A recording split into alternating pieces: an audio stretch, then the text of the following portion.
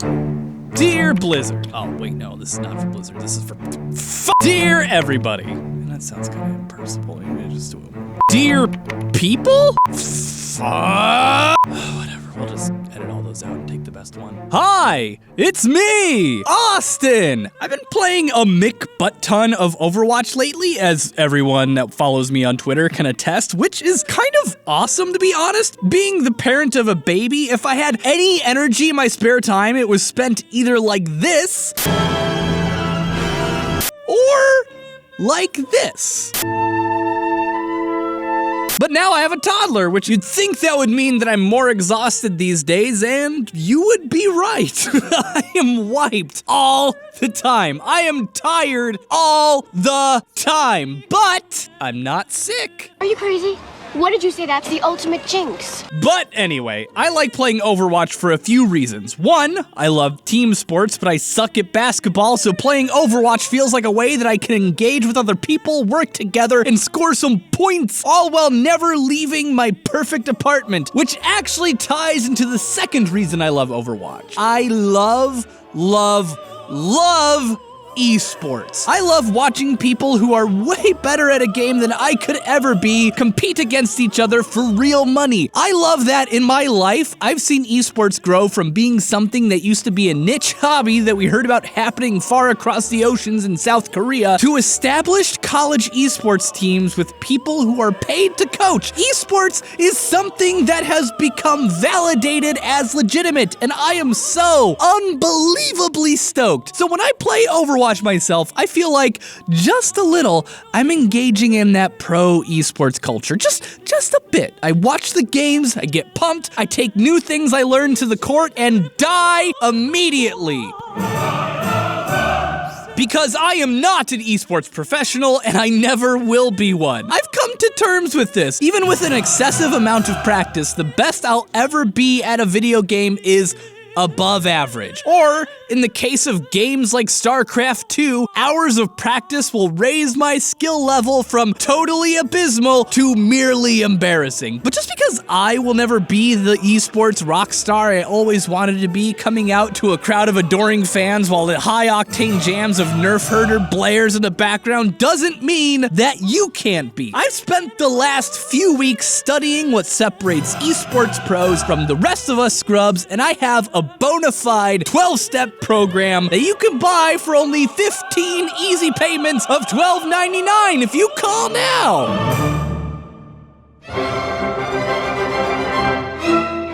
Okay, not really, but this did get me thinking. What does separate esports pros from the rest of us? What makes them so good and us, on a good day, not even worthy of licking their boot heels? Well, it boils down to one specific thing. You suck. I'm just kidding. Actually, it is one thing specifically, though. Fast as hell reflexes. Okay, well, actually, that's not technically true. A reflex is like when a puff of air hits your eye and you close it, or someone smacks your tendon with a hammer and your leg jerks, which, honestly, I'm embarrassed to admit this to y'all, but it wasn't until I was researching this episode that I realized that this is the origin of the term knee-jerk reaction. Feel free to make fun of me if you want. These involuntary responses by the body are reflexes, and they work in what's called the reflex arc, which looks like this, and it's super cool, but it's not what we're actually talking about today, because when we say that someone has lightning fast reflexes, this isn't what we mean. We mean like super mega ultra awesome fast as a Formula 1 ninja badassery, like Bruce Lee stuff, punching people before they know what's even happening, catching flies with chopsticks, and slinging guns the fastest in the old westiest. And what we're actually talking about when we say reflexes in this context isn't reflexes, it's response, which, definitely doesn't sound as awesome. Ooh, check out Bruce Lee punching this guy in the face. Look at his super fast response times. Just doesn't have the same pop and pizzazz, but, well, that's what it is. And this, response times, are the key to, well, basically everything in the world you can be an expert at, from basketball to placing keyframes and After Effects to playing guitar to, you guessed it, video games. And in order to get a handle on just what this means and how huge of a difference it makes, we're gonna have to do something awesome. Gather data. Data is the cornerstone of science! And while in some fields, yeah, it means doing some boring crap like looking at rocks or spreadsheets, but today we're doing something way more awesome! Shooting each other in the face.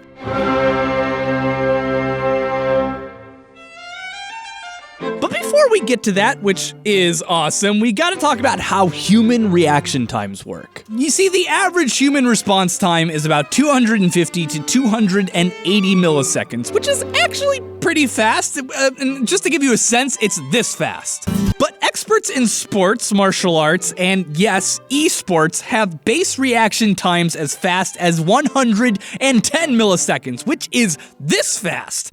That's less than half the reaction times you and I have. And when you're looking at base reaction times this quick, every millisecond counts. Which is why, for a second, we gotta talk about how human reaction times work. It's actually pretty similar to reflexes, interestingly, with some extra steps involved. You see, reactions, unlike reflexes, are conscious decisions. While reflexes can be invoked locally with receptors pulling responses super quickly, reactions have to go through the brain first, which slows things down so freaking much. So let's take Overwatch, for example. A thing happens. Boom, right there. One frame of information in the form of light travels from the screen to your retinas. I sit about 60 centimeters from my monitor when I'm playing video games, which means it takes light a whopping 2 nanoseconds to reach my eyeballs. Where the light is flipped, it hits the receptors in the back of my eye. This information is then sent by the optic nerves to my brain, specifically the occipital, oh boy, I'm gonna get made fun of how I pronounce that one. Occipital, has to be occipital. Occipital lobe, which is in the back of the brain? I mean, what if design, whatever. Nerves send signals significantly slower than the speed of light. In fact, they move slower than the speed of sound. This signal travels from my eyes to my occipital lobe at an excruciatingly slow 100 meters per second, meaning that it takes a whole 1.5 milliseconds for information that hits my eyes to reach my brain.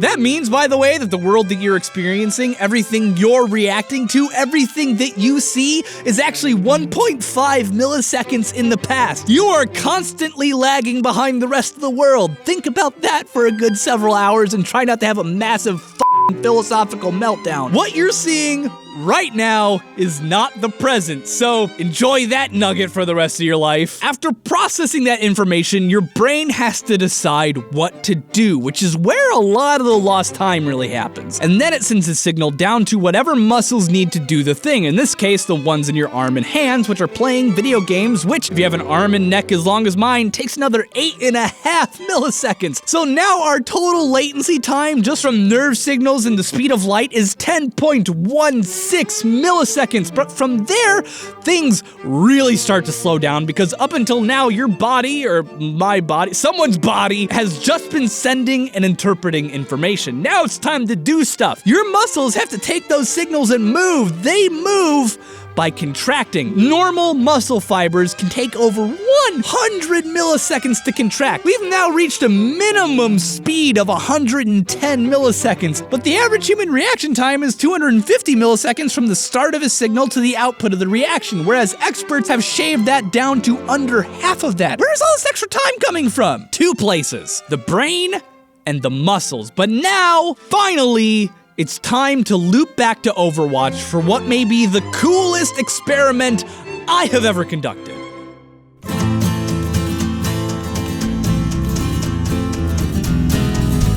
You know what there's not enough of in our world? Old West gunslinging. So, I did it. Using a group of people from my Discord server, I hosted a true blue McCree versus McCree dueling tournament to gather numbers for reaction times. McCree is one of the best characters for this because, well, look at him. But also because he has what's called a hit scan weapon. Hit scan is an old first-person shooter technology that basically doesn't render actual ballistic trajectiles. You heard me! Trajectiles! Fight me, English majors! I just made up a word! Anyway, hit scanning basically means the instant you pull the trigger, the game draws a straight line from the barrel of your gun straightforward. If anybody is hit by that line, they're immediately struck by the bullet. It's simple and easy. This is important to specify because Overwatch has different characters with different projectile types, and since I'm using these duels to get reaction time numbers, hit scan is helpful because I don't have to take into account travel time for bullets. With the right settings, bullets kill instantly, and I can get pretty consistent numbers. Also, congrats to Renki for not only winning the duel, but for ending with the fastest reaction time recorded. 189 frickin' milliseconds. Good job! The people who did well definitely had above average reaction times, and the not winners had the worst, with the slowest folk having a reaction time as slow as 322 milliseconds. Drink a cup of coffee, would ya? Now, 322 and 189 milliseconds is a pretty big gap, and honestly, my numbers were originally a lot higher because of lag. Because I mentioned before that in order to respond to something, light has to move from screen to eyeballs, eyeballs to occipital lobe to the rest of the brain down the spinal column and to the fingers, and then the muscles have to contract, but in this case, that isn't the actual full path information has to take. First, my signal has to be sent from my computer to the Overwatch servers, which normally has a tick time of 16 milliseconds, or rather updates about 63 times a second, which means it takes a whopping 16 milliseconds for my signal to reach Overwatch servers, and then the server updates the game and sends the information off to both players dueling, which takes another 16 milliseconds. Then the light leaves their monitors, hits their eyeballs, travels down the nerves from their eyes to their occipital lobes, then to the rest of the brain, then down the spinal column into the fingers, then the muscles contract on the mouse, then the information travels from their computers back to the server, another 16 milliseconds, then the server updates the game and then sends the information to my screen, which takes another 16 milliseconds, giving us a total travel time from my computer to them to back again of 64 whole freaking milliseconds, which means I had to subtract that from my original numbers, which were a lot higher. Then there's the fact that Blizzard has a system called Favor the Shooter, which is shorthand for client-side hit detection. See, the reason Overwatch runs so smoothly is that your local computer handles a lot of the math instead of their servers, which means if you shoot someone on your screen, the person you saw yourself shoot will get hit, even if on their screen they ran behind a wall. Ordinarily, this means that people with high latency actually have a slight advantage over people who don't, but in this particular experiment, however, since the bullet means instant death and both people are shooting each other, the person with better latency actually has an advantage. But I'll get back to that in a second. In any case, even the fastest gunslinger in my Discord server pales in comparison to the reaction times of bona fide esports pros. Why is that? Well, to put it plainly, they ain't pros. There are two ways that esports pros lower their reaction times. Well, actually, it's just one way, but it affects two areas of the body. The super secret method to becoming an esports pro that can take you from 0 in silver to hero in the top 500 has 3 simple steps. 1, practice. 2, practice.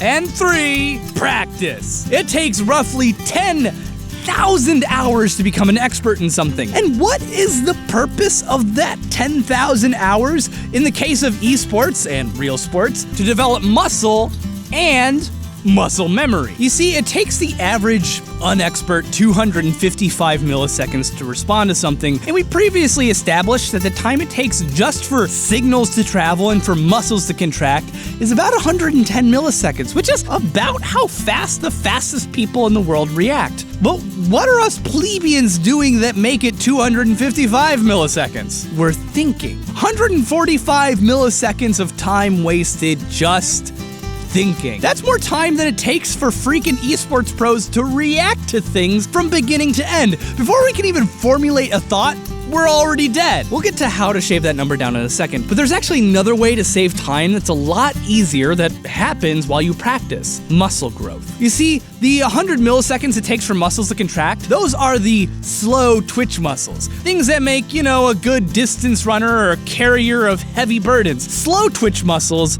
are strong and efficient, but they take a long time to work. Fast twitch muscles, on the other hand, can contract much faster, as fast as 25 milliseconds. And the great thing about human bodies is we're designed to adapt. So all you have to do is use your fingers in a competitive, fast reaction environment, and your body will do all the work for you, transforming those long, slow twitch muscles into voraciously quick, fast twitch muscle fibers. Awesome! Just be aware that fast twitch muscles are significantly weaker than slow twitch muscles, so don't you go trying to hang off any narrow ledges with your fingertips, and appreciate that I did not make any easy, dirty jokes during this whole section. So we can reduce our time for signal and muscle contraction down to an amazing 35 milliseconds just by working out properly. So what next then? Well, now's the hard part, muscle memory. An expert in a field has worked to memorize roughly 100,000 chunks of knowledge that directly ties to their expertise. Garry Kasparov, the world chess champion of 1997, who was defeated by the computer Deep Blue, had about 100,000 different board positions memorized. This means that Kasparov's brain, over hours and hours and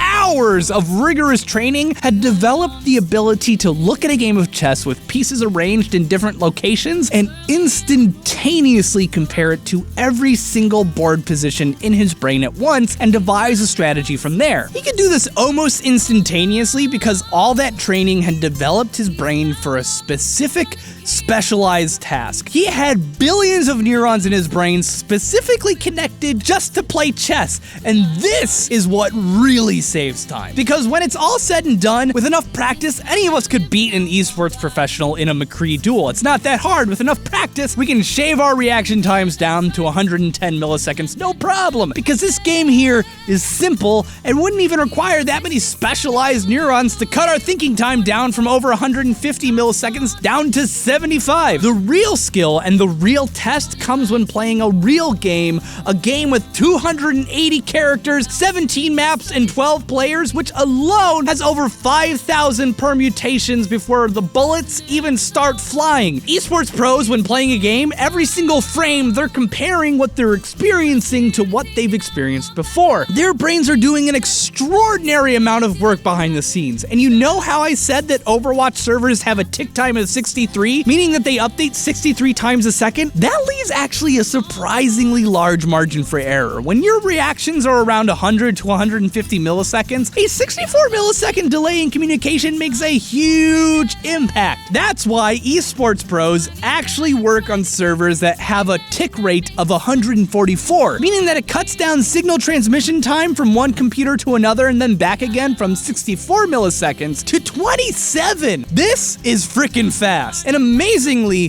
while there's been a lot of research that explains why pro athletes age out, mainly that reaction time's slow as we get older, there's been a lot of promising research that shows that this slowdown is much, much less noticeable among people who play professional video games. So if you thought I was gonna tell you that you have to be a young person to be an esports pro, the answer is no. You just gotta have 10,000 hours of free time on hand. So there it is. Why you suck, why I suck, and why a handful of people are awesome. Time. They have a lot of it, and we don't. So, you know. And if your mom gets on your ass about how much time you're spending at your computer, just tell her that you're trying to nail those esports scholarships that are bound to be coming in 10 years from your local university. Tell her that I said it's okay. Actually, you know what? Now that I think of it, maybe don't do that.